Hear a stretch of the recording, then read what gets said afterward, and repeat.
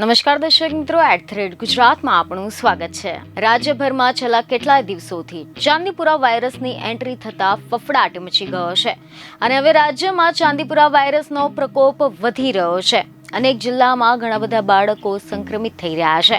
ત્યારે હવે રિપોર્ટ એવા મળી રહ્યા છે કે એક જ દિવસમાં રાજ્યના 5 બાળકોના મોત થતા ખળભળાટ મચી ગયો છે।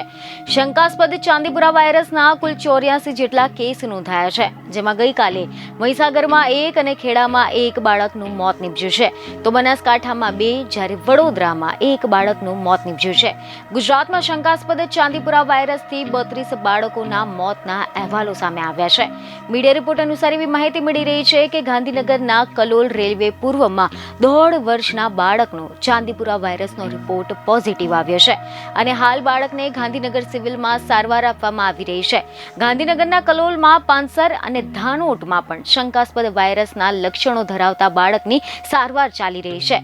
આ સિવાય તો ખેડા જિલ્લામાં પણ ચાંદીપુરા વાયરસે કહેર મચાવ્યો છે, જેમાં ગઈકાલે વધુ 3 શંકાસ્પદ કેસ નોંધાયા છે, જેમાંથી એક બાળકનું ચાંદીપુરાના કારણે શંકાસ્પદ મૃત્યુ થયું છે। જિલ્લાના ગળતેશ્વર, મહુદા અને મહેમદાબાદમાં પણ ચાંદીપુરાનો કેસ નોંધાયો છે। તો બીજી તરફ મહેમદાબાદના પથાવત ગામમાં 4 વર્ષીય બાળકને ચાંદીપુરાના લક્ષણો દેખાતા હલધરવાસના CHC સારવાર માટે લાવી અમદાવાદ સિવિલ હોસ્પિટલ ખાતે ખસેડવામાં આવ્યો છે।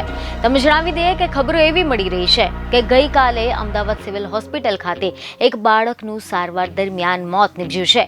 જિલ્લામાં અત્યાર સુધીમાં કુલ 5 જેટલા શંકાસ્પદ કેસ નોંધાયા છે, જેમાંથી એકનું મોત, 3 સારવાર હેઠળ છે, જ્યારે એક બાળક સ્વસ્થ થઈને ડિસ્ચાર્જ કરવામાં આવ્યો છે। બીજને ખબરો સાથે ફરી મળીશું। ધન્યવાદ।